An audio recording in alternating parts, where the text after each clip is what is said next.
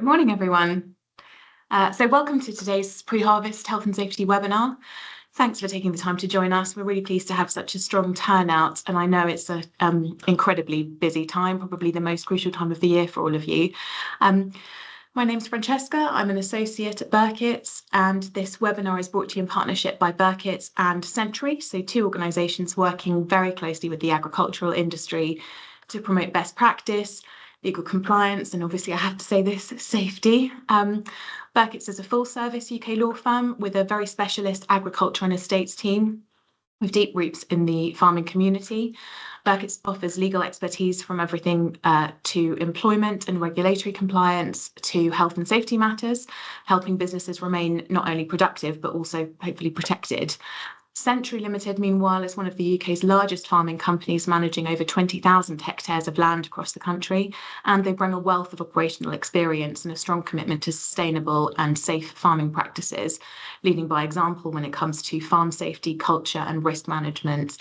And as you know, today's session is all about making sure that your teams, your operations and your policies are harvest ready, hopefully with some practical insights, legal updates and on-the-ground experience to guide you. Now, as I've said, I'm Francesca. I'm an associate in the regulatory corporate defence team. My colleague Florence is also doing a segment at the end, and I'm now going to hand over to Alec Smith, Director of Sentry.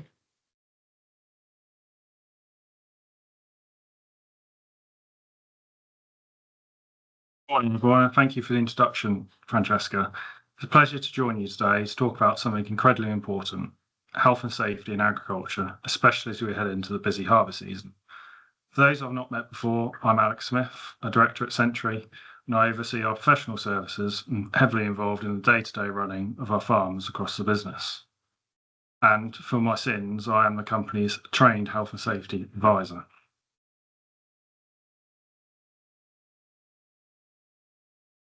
As Francesca mentioned, we farm just over 20,000 hectares across the UK. Here's a map showing where we farm, so it's predominantly along the south coast and in East Anglia. And there are through various different agreements, whether it's contract farming, farm business tenancies, or managed farms. We also run a consultancy side of our business where we have 3 regional offices in Suffolk, Midlands, and now Kent. And we've got 21 team members working directly with clients.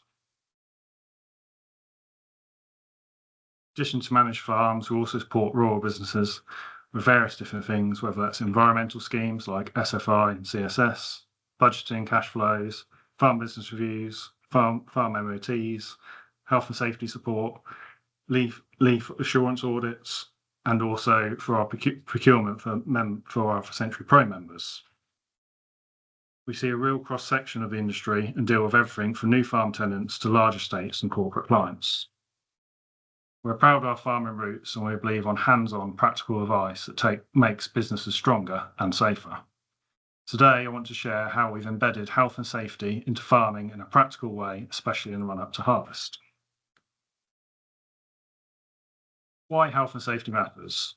Agriculture still accounts for a disproportionate number of workplace fatalities, 23% in the last reporting year, and that's despite being only 1% of the workforce. Already this year, 9 people have died in farming incidents, so that's from April to June this year, and we need to do all we can to stop that number from increasing. We must remember that health and safety isn't about ticking boxes, it's about protecting lives, businesses and families. Health and safety underpins everything: our staff, our equipment, operations and business resilience. So what is the Sentry approach? At Sentry, we've worked hard on embedding health and safety into our culture and how we farm. It's not just treated as a bolt-on. We run pre-harvest health and safety meetings on all our farms with notes circulated. We run a rolling programme of risk assessments, reviews and updates, including safe systems of work within that. We make decisions with risk and compliance in mind, from working at height to lone working, and we create a culture where everyone feels safe and they can speak up if something's not right. It's all about leadership from the top and empowering people at every level. So what do we cover in our pre-harvest health and safety meetings? We always recommend having a formal pre-harvest health and safety meeting, not just one to discuss the logistics of harvest, but one specifically on health and safety. Use it to set expectations. Everyone needs to know what is expected of them. Remind staff of their responsibilities, to run few emergency action plans, review machinery safety, brakes, lights, hitches, tyres, PTOs, and also check on well-being. Harvest is a very busy time of year, long hours, pressure, heat, and a quick conversation can make all the difference. We've had some really valuable feedback within these meetings from the team members, and they help build trust and actually can help on other farms as well with the meetings being circulated. Inductions. This is one thing that's quite often missed, but you need to set that standard early. Harvest often brings in new or casual staff, people returning who have been out for a year or so, come back every year, but how you induct them matters. Make sure your induction covers health and safety in detail, is documented, signed and dated.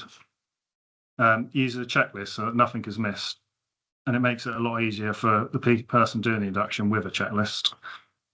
Include walk rounds of key risks, grain stores, sprayers, machinery. Make sure you do all sites they'll be working on, not just your main site, for example.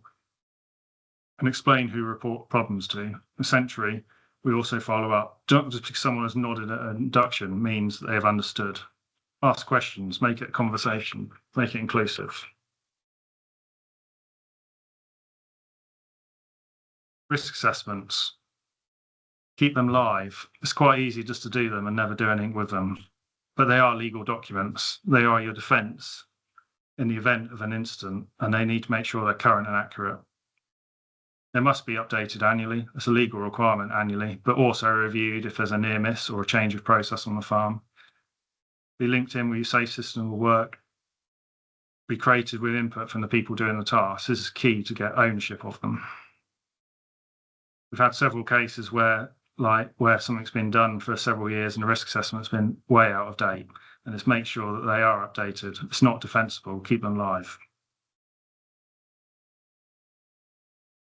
So the risk matrix, many of you would have seen this before. This is a standard 5x5 risk management. It's a simple but powerful tool.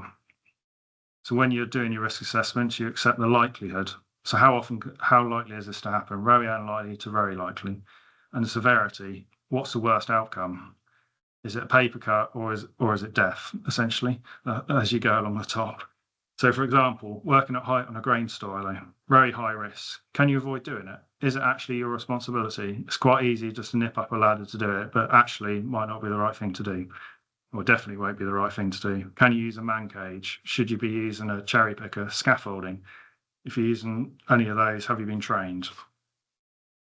Whereas the other end of the scale might be spray and nozzle cleaning. Depending on what chemical it is that's gone through it, it might. So therefore, what PP is, what is exposure risk? This matrix helps you decide whether to avoid, prevent, and minimise a task. It's how we prioritise and reduce risk sensibly. Building a safety culture. Culture is key. Health and safety isn't just paperwork. You can have all the policies in the world, but if your team doesn't feel empowered to speak up, they won't. So at Sentry, we encourage reporting of near misses because they are often near disasters, and we actually report them centrally so that we can learn from one farm to the other. Use toolbox talks before operations. If someone's going to be cutting a hedge near a roadside, have a discussion about it. Is there an awkward bend there, etc. Recognise positive behaviours. People who challenge unsafe actions, that's very key to make sure that everyone is safe. And act on feedback. If someone feeds something back, don't just sit on it or ignore it. They've said it for a reason. Culture eats policy for breakfast. If culture is wrong, no matter how many documents you have, they won't protect you. Emergency action plans. Are you ready? Good time before harvest to check your emergency action plans. Are they in place? Emergencies happen, just make sure everyone is prepared. Have an emergency contact list in the machinery sheds, in your tractor packs, in your offices. Are they up to date? Can they be in people's phones? Include fire, injury, chemical spills. Practice a plan, walk it through, literally. Make sure your first aid kits are stocked and visible, and in date. My record for checking one on a client's farm was an eye wash was over 20 years out of date. It's just not acceptable and quite easy to be fixed. Every year I hear an incident of someone didn't know what to do. They freeze.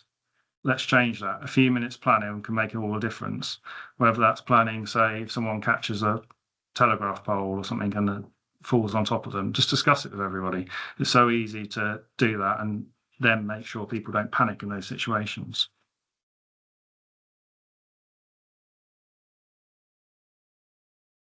Sentry's health and safety checklist. This is what we like to do before harvest on every farm. We've built this checklist to make sure everybody is accountable. So are your inductions being recorded? If not, redo them, get them recorded. Has a pre-harvest meeting happened? Some people may have started harvest already. If they haven't, make sure you go and do it now. Have your risk assessments reviewed? When were they last signed? Were they actually reviewed or did you just sign them? Are machinery checks being done daily? Are they being recorded? Especially for casuals, it's quite good to record them because also it makes them take ownership of their machinery. Are your emergency plans in place for all sites? And do staff know how they can raise concerns and to who? We're not perfect, but we take this seriously and we follow through. So just some final thoughts for me. Let's be honest, health and safety isn't very exciting, but it's vital. It protects your staff, it protects your business, it protects your family, and it protects you. Even small improvements can prevent major incidents. So before harvest, take a bit of time to plan, review, and talk to your team and lead by example. Thank you for listening, and I hope you found something useful you can take today. And if anyone would like to discuss how we can support your business with health safety or any other rural management issue, please don't hesitate to get in touch. I'll now hand back to Florence and Francesca.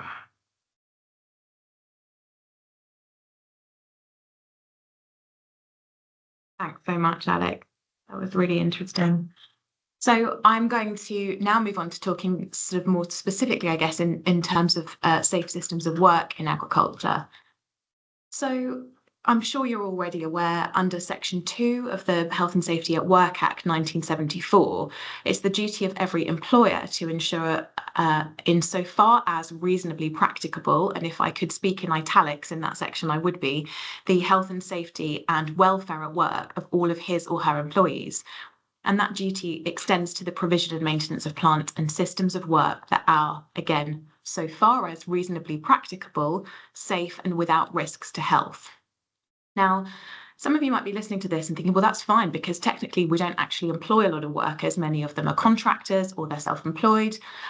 However, those classes of workers are owed the same duty under Section 3 of the same Act, which deals with general duties of employers to persons other than their employees. And there's a case study that I'll talk on about a little bit later that sort of shows how broad Section 3 of that Act can be and how all-encompassing it can be when it needs to be, and when the Health and Safety Executive are very minded to prosecute. So first of all, what is a safe system of work? Well, it's I suppose, best described as a structured process designed to minimise or eliminate risks associated with hazardous work activities. It involves identifying hazards, assessing risks, implementing procedures to ensure that work is performed safely, and essentially it's just a method of completing a task that prioritises safety and minimises the potential for accidents or injuries. It's very likely to be informed by your risk assessments and method statements, but potentially it's going to be broader than those. So broader in nature, covering off matters such as adequate training of staff, adequate supervision. So, for example, a method statement might set out best practice for how a task should be carried out, but a safe system of work would identify the fact that there might need to be adequate supervision in place to ensure that that method statement is followed. I've been working for a couple of years on a fall from height fatality where the client had an absolutely fantastic method statement, and they had put a lot of thought and effort into really thinking about the best way to carry out that piece of work.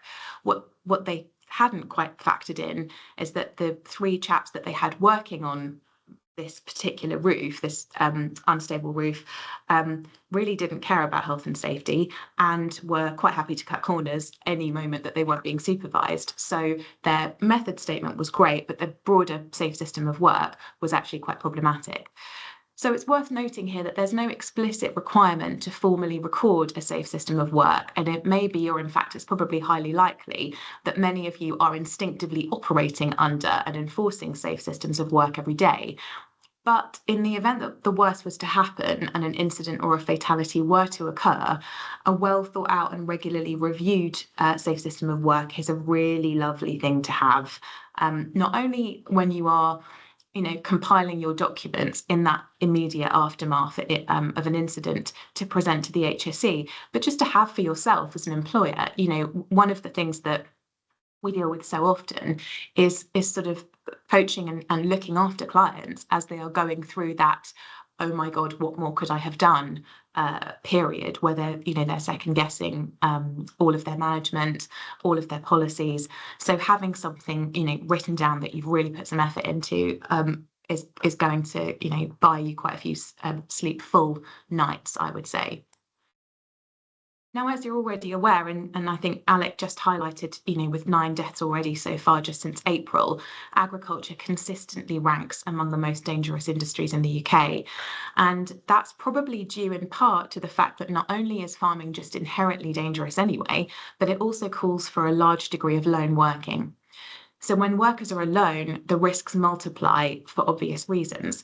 Lone workers often operate in remote areas with limited communication. I'm thinking I live on a farm myself, and I'm thinking about, the certain areas where there are total signal black spots. So today we're going to explore how to identify risks associated with that and implement some practical safety measures. So lone workers are, it's probably seems quite obvious, but those who operate without direct supervision or immediate support. And in agriculture, this is obviously incredibly frequent and encompasses almost all workers at some stage, if not all of their workday. From someone checking livestock in a remote field, operating machinery, or applying pesticides. And the key issue is isolation, so being out of sight and sound of others. And in some very tragic circumstances, being alone might be the factor that turns an injury into a fatality. Again, I'm reminded of a case that I worked on when I first trained with the team about 6 years ago, where a worker had come into work. It wasn't actually an agricultural client. It was I think they were a skip company. Florence might be aware of this one as well. But a worker had come into work very, very early in the morning, and I think he'd been the first one in by about an hour and a half, and he'd been carrying out a fairly simple task, but a part of his clothing had got caught in some machinery, and by the time the next person arrived on site, he had asphyxiated. So it's easy to see in a scenario such as this, the way that his death could have been prevented if someone had been on site, or perhaps even if he'd had his mobile to hand. I think the company had a sort of leave your phone in your vehicle policy because of the potential risk of distraction from having a phone, which is, absolutely a very, very valid concern to have. But I think it's worth always questioning those policies, particularly when you're looking at lone workers. So taking a look at some of the specific dangers that lone workers can face, as I've just said, machinery accidents are very common, particularly with things like tractors and quad bikes. I've got 3 case studies to talk about, but 2 of them are quad bike focused. Livestock is a really important one to consider, of course, because it can often be unpredictable. And so any risk assessments should really be reflective of this. There may also be more generic risks, such as just falls or medical issues like heat stroke. However, the biggest issue is, of course, as I've said, that if something goes wrong, even if it's not typically fatal, help may not arrive in time. One of the things that I think haunts many of the business owners that come before us is that when an incident, and particularly a fatality, occurs, with a lone worker, a huge amount of time and energy is spent on trying to piece together and wondering and hypothesizing as to what could have happened, what went wrong, who didn't do what, or who did do what. And if you have a really well considered and documented safe system of work that's been ingrained in your business culture, then a huge amount of that guesswork can be taken out in a time of crisis, because you can eliminate the possibility that someone has cut a corner or that they weren't competent for the job that they were doing, because you'll know your workers and you'll know your practices so well. So let's consider, just to be really morbid now, some of the potential consequences that could happen as a result of not appropriately dealing with the challenges revolving around lone workers. So a temporary stand-in in this case study, a temporary stand-in for a gamekeeper sustained some really serious injuries to his pelvis when the quad bike he was driving overturned on a slope. His absence, tragically, was not detected until 52 hours later when a search was initiated. His body was found 200 yards away from the scene of the accident in a separate field. The gamekeeper had no means of raising the alarm, despite there being a phone signal and the usual gamekeeper having actually been issued a phone. Now, the injured gamekeeper seemingly tried to reach a nearby farmhouse to seek help, and the trustees in this case were prosecuted and fined £3,000, which obviously comparatively seemed like a very insignificant amount of money. But the gamekeeper essentially clearly didn't die immediately. And if he'd had a means of communication, he would have had the opportunity to summon help, and he would have had the chance to survive. This incident, strangely, actually it happened in 2004, but the case wasn't heard until March 2024, and it was the first prosecution of an agricultural concern in respect of lone working. Now, the trustees of a Borders country estate admitted to failing to provide a means of communication or carrying out a risk assessment for a lone worker to report in at the end of a shift. Health and Safety Executive Investigating Officer Florence Murray said that the decision sent out an important message. I'm just reading that section, sorry. Hopefully, he said, other employers will learn from this case and ensure that all precautions are taken to cope with the hazards that lone workers are exposed to. He said they need a system in place for lone workers keeping in touch with people, and also a means of communication to contact the emergency services if need be. And I think that's even more important where you've got, potentially sort of temps and stand-ins, because, that kind of, oh, I haven't seen so-and-so today is even less likely to pop into your head. So, in this case, 52 hours, it's just devastating, really. Another case study linked to a quad bike, not that I'm trying to demonize quad bikers, of course, but I think these two cases are just really interesting from that lone worker perspective. This one is incredibly sad also. 22-year-old Laura Simmons was working alone on the 2nd of June 2023. She was spraying weed killer along some fence lines using an all-terrain vehicle at a farm in Charlton Abbotts, and the overloaded quad bike overturned. She was found by a jogger several hours later and died from fatal spine injuries. An investigation by the HSE found that the vehicle overturned due to an overloaded front rack, uneven tyre pressure, unstable loads from a lack of baffles in the spray tank, and the potential for the spray lance to be used during movement. Toby Baxter, the farmer, failed to provide suitable equipment, ensure pre-use checks were conducted, or to implement a system to fill the spray tank, so formally train his employees or properly assess the risks. And the HSE has provided guidance on the safety checks that should be carried out for these vehicles, and there is a link for that I can send you. Drop me an email if you'd like it, but it's pretty readily available on the HSE website.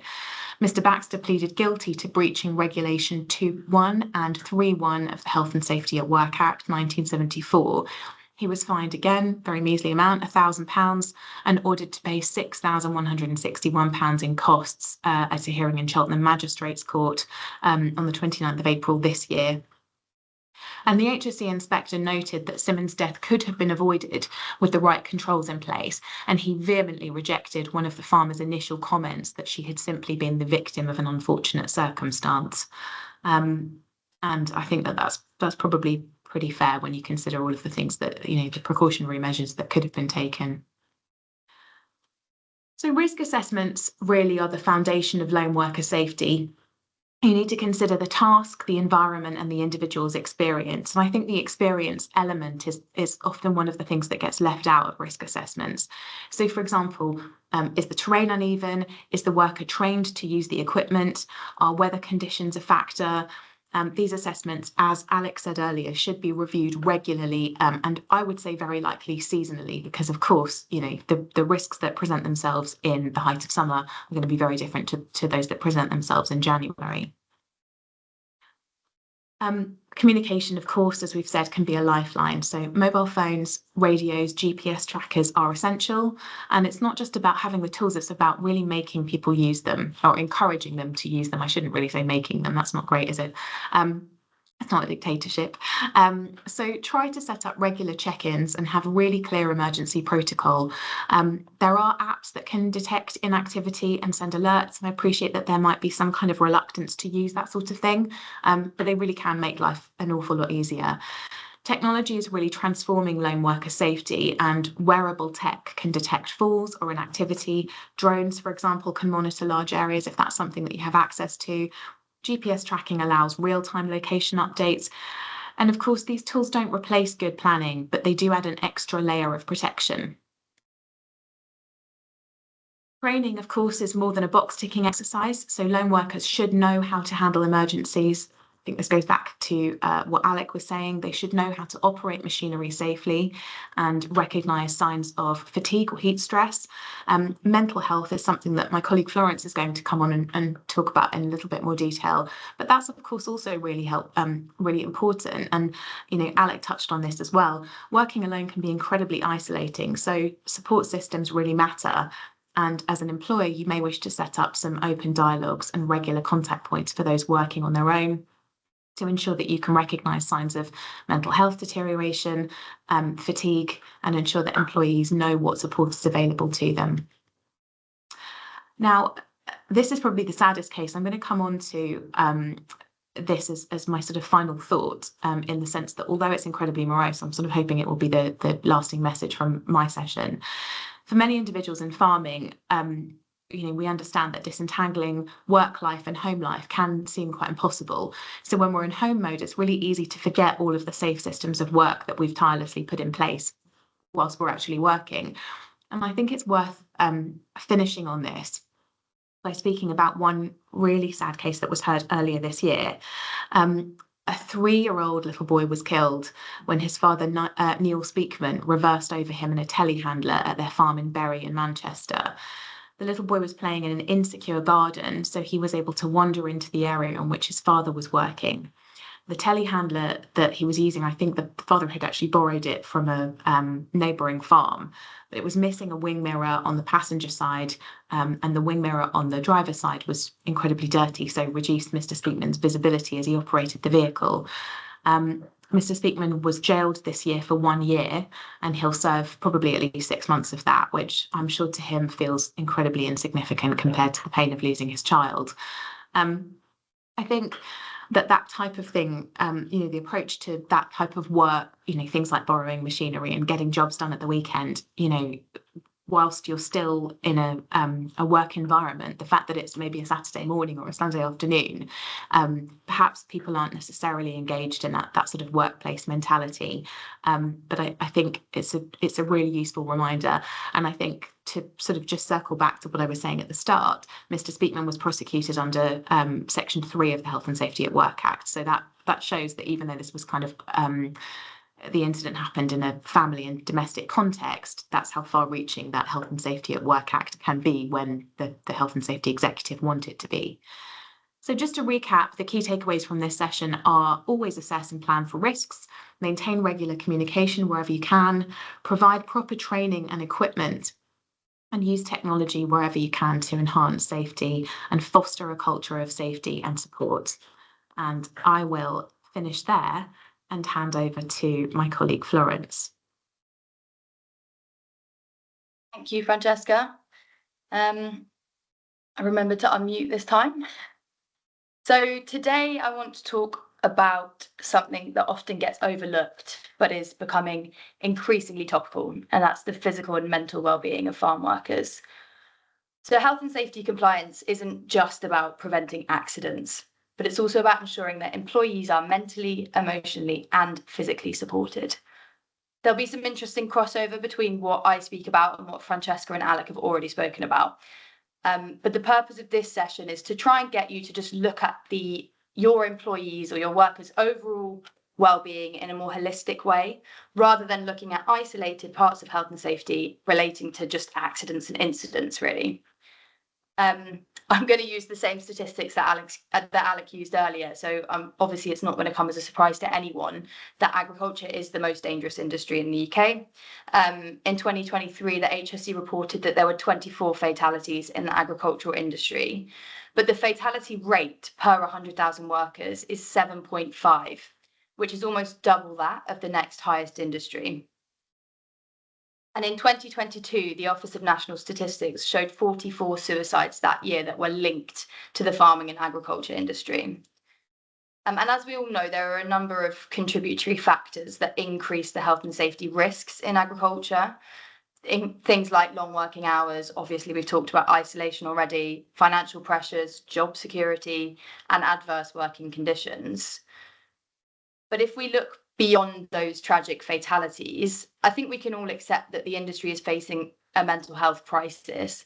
And by the end of this session, I'd like everyone to just consider their health and safety obligations from an overall wellness perspective, not just accidents and incidents. So I'll touch on the legislation first, and I'm sure you're all familiar with these. But the Health and Safety at Work Act, as Francesca said, puts an obligation on employers to provide a safe working environment for employees and those not in their employment.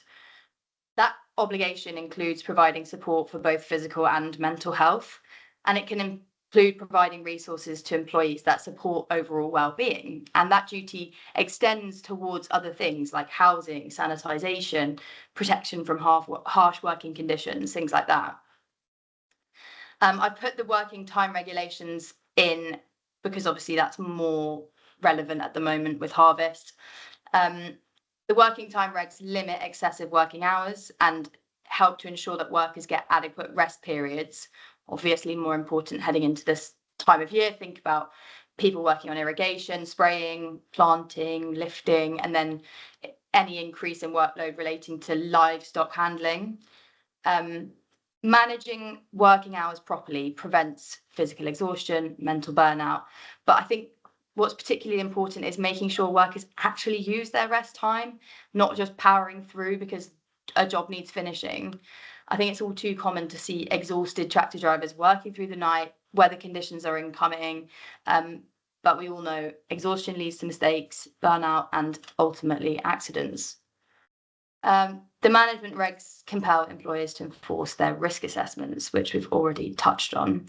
Now, I'm sure that everybody has full suites of risk assessments for the risks that we're familiar with, but it's worth thinking about risk assessments that can address lifestyle-related health concerns. So think about prolonged exposure to weather conditions, work-related fatigue, strain injuries, and then, as Francesca talked about, risks associated with lone working. So I put the guidance on mental health support here, and mental health in agriculture could be an entire seminar in itself. With the constant increases in stress felt by everyone in the industry at the moment, changes happening with IHT, it's never been more important to make sure that there is sufficient support in place for workers and also their families. Now, the Farm Safety Foundation revealed that 91% of UK farmers see poor mental health as the industry's biggest hidden danger. And in terms of the HSE's position, we haven't seen specific prosecutions yet for health and safety breaches relating to mental health, but we are certainly witnessing the HSE's increased appetite to investigate organisations for health and well-being failings. And in their long-term strategic commitment document, the HSE set out a commitment to reducing work-related ill health with a specific focus on mental health and stress. So it's only a matter of time, really. So some of the challenges we've obviously talked about already. Farming is one of the most physical and mental, if not the most physical and mentally demanding sectors, and there are unavoidable risks. But it's important for us to take a step back and assess risks associated with well-being. So heavy lifting, repetitive tasks, awkward working environments. Over time, these tasks lead to issues, chronic back pain, joint issues, musculoskeletal disorders. And I think we can all agree it's not uncommon now to hear of farm workers in their 40s that have had knee replacements, hip replacements, or meeting people that just live with the consequences of these chronic strain injuries, just in pain all the time.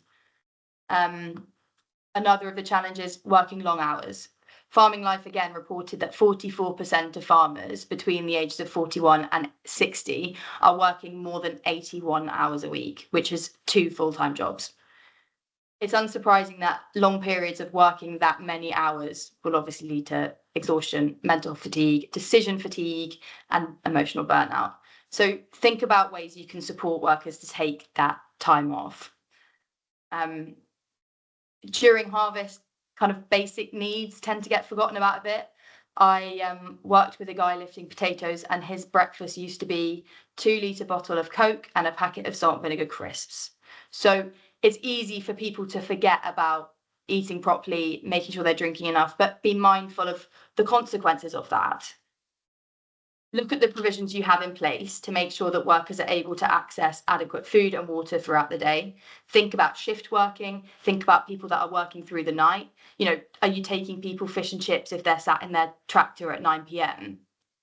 Sometimes long working hours are unavoidable. We can all agree that. But what do you do to support workers through that period, or make that period as short as possible? Obviously, we've talked about issues with lone working, but it's worth touching on how social well-being can tie back into those things. So there are very real risks arising out of lone working. Think about how it might affect people mentally. Summer can be incredibly isolating. If we take that tractor driver again, is it worth thinking about a system where if somebody's going to be out in a field for a really long time, send somebody out to check on them, organise a social once a week, make sure people are having lunches together? I think farming isn't unusual because it's so embedded in our communities. Think about how you can actually use that to your advantage and to support physical and mental well-being. So we talked about the challenges. Now let's talk about some of the consequences.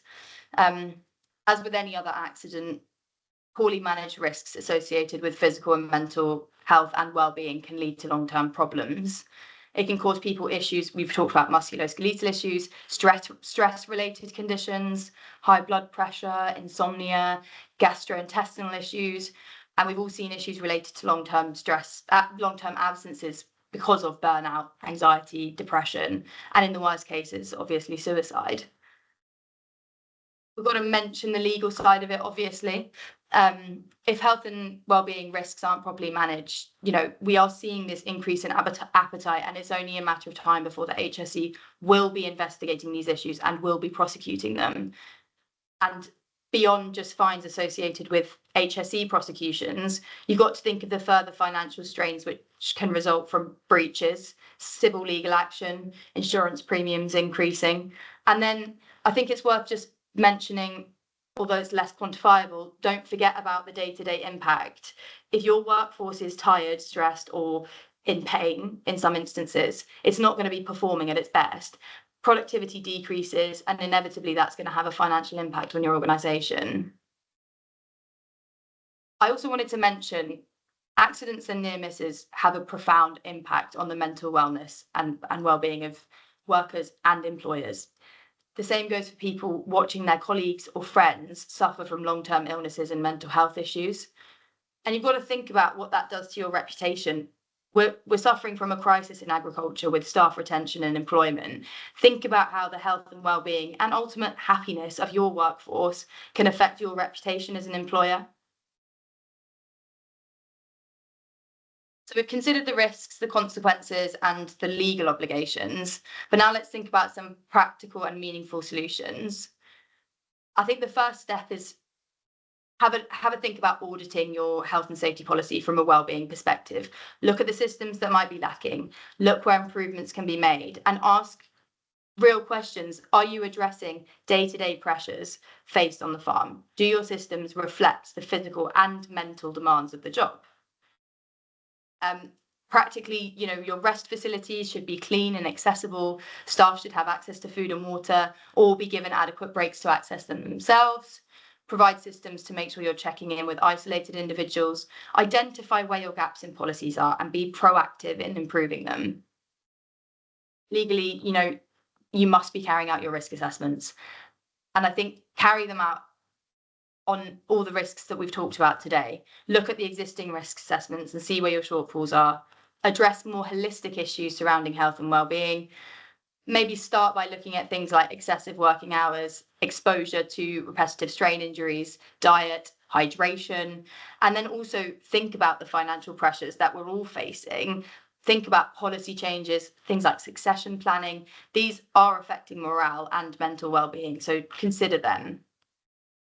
Obviously, we touched on training. Providing your employees and more senior staff with training is really important. If you equip your team leaders with the awareness and the ability to kind of identify risks, it might help people that are suffering. Consider sending people on mental health first aid courses. I'm sure many people already do.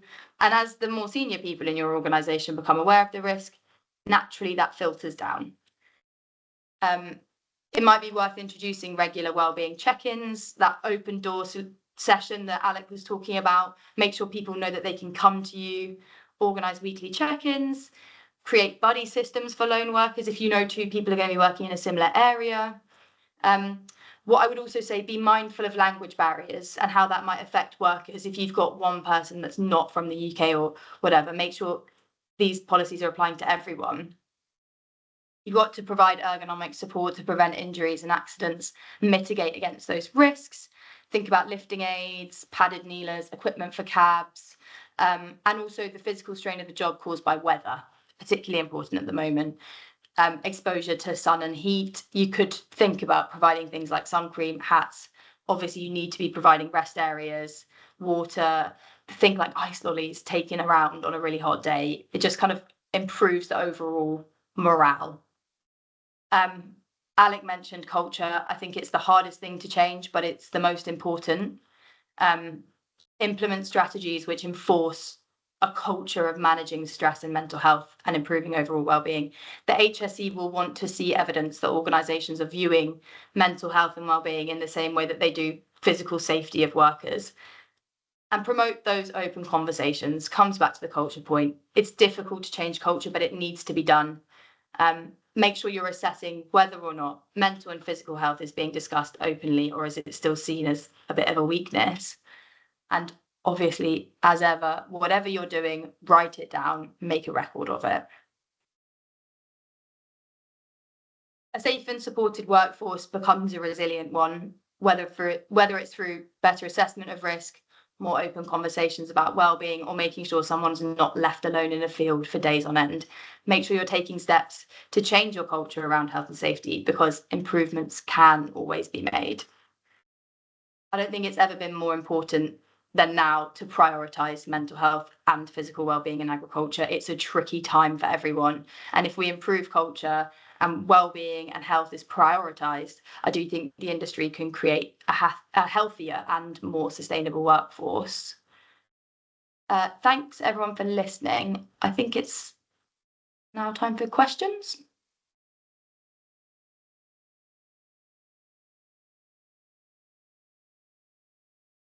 We got any in the Q&A? Oh, hi. Right, let's have a look at the Q&A panel. Okay, so maybe the first question possibly is one for you, Florence, if you're happy to take it. What should employers do if a worker starts showing signs of mental distress? That's a really good question. I think the first step for me would be just listen, make sure you're listening to them, and they know that they can come to you in the first place. I think particularly important is to acknowledge where you might not have the skills to support somebody, and knowing where to turn them, encouraging them to keep seeking that support, but being aware that you're not going to have the skills to take that on.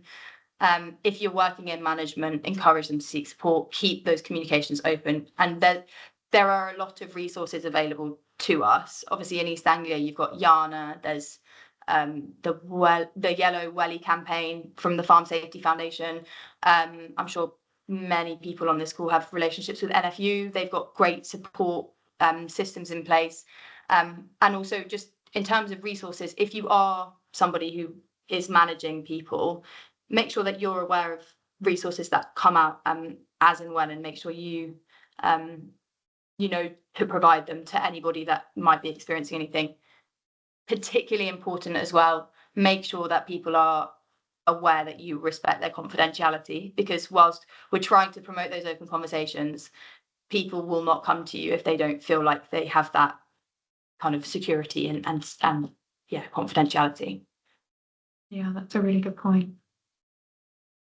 Alec, I think you've asked a question about the fines for the quad bike deaths. Yeah, I think that's a really good question. Sorry for those that can't see the question. It says the fines seem very low for quad bike deaths, and what determines the fine level, and did anyone do prison time?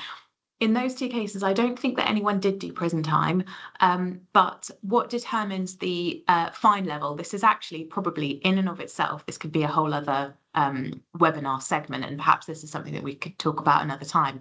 But in short, usually the fine will be based on, with a health and safety offence, will be based loosely to correlate with company turnover. So generally, it will be a percentage of company turnover.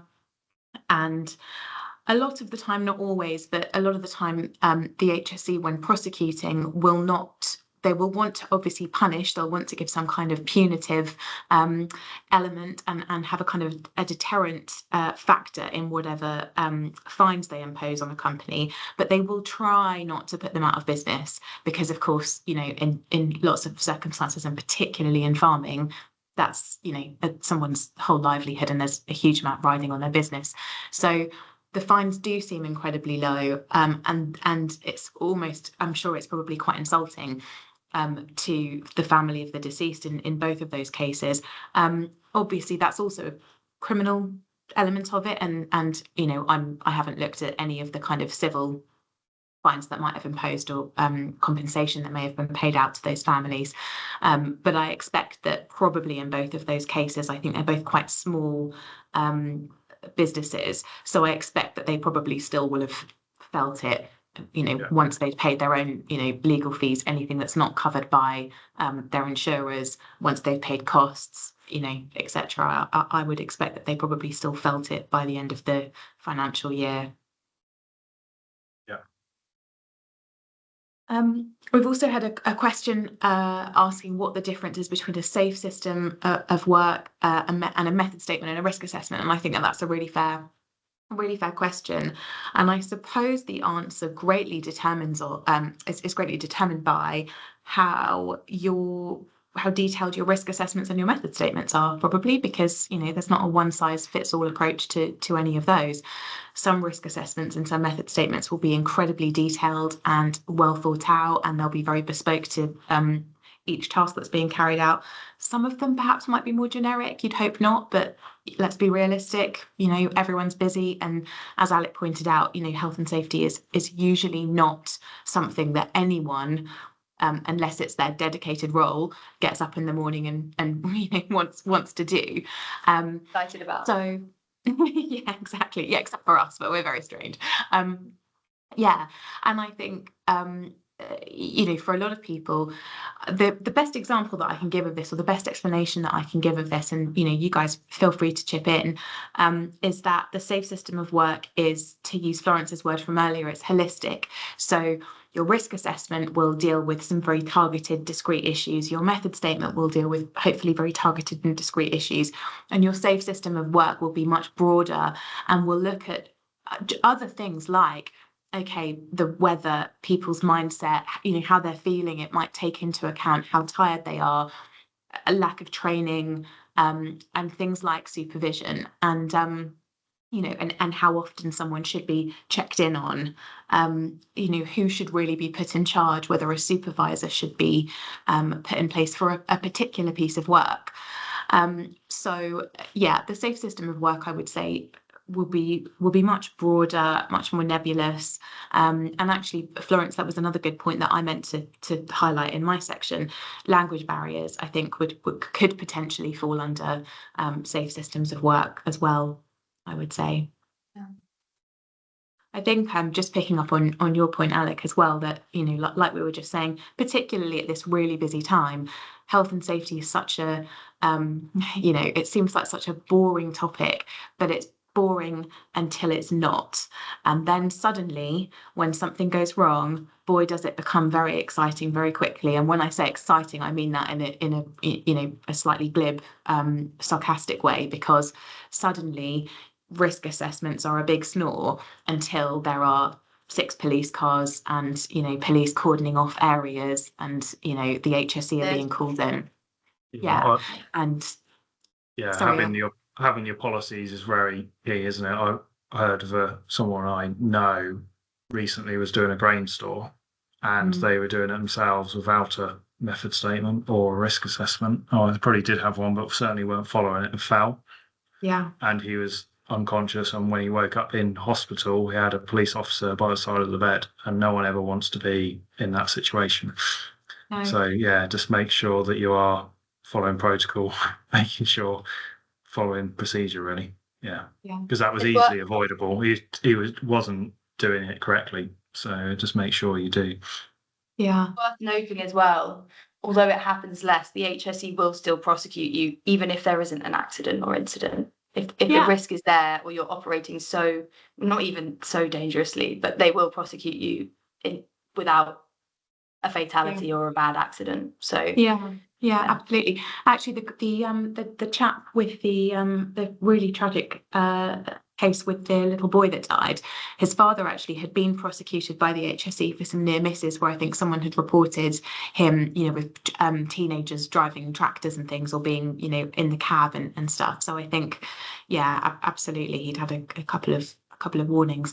And I think the other thing, sort of conversely, but maybe mirroring that, the HSE potentially will still prosecute if you have a perfect untouched suite of documents that no one ever looks at. So don't think it's okay, we'll just quickly go to our folder and we'll get this pristine piece of white paper that no one has ever seen and we've never discussed, and we never got people's opinion on whether they can physically, practically adhere to this method statement or this risk assessment or this safe system of work.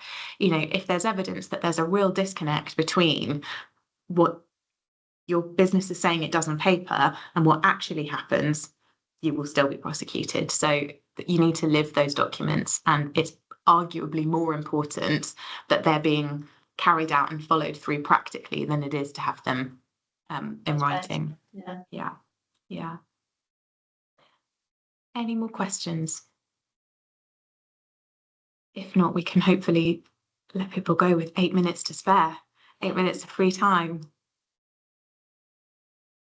Okay. Well, as we said, everyone, hopefully you should have seen in the chat, our email addresses are all in there. So please feel free, if something occurs to you in the meantime, or over the next few months, please get in touch with us, and we're really happy to answer any questions that you think of after the session.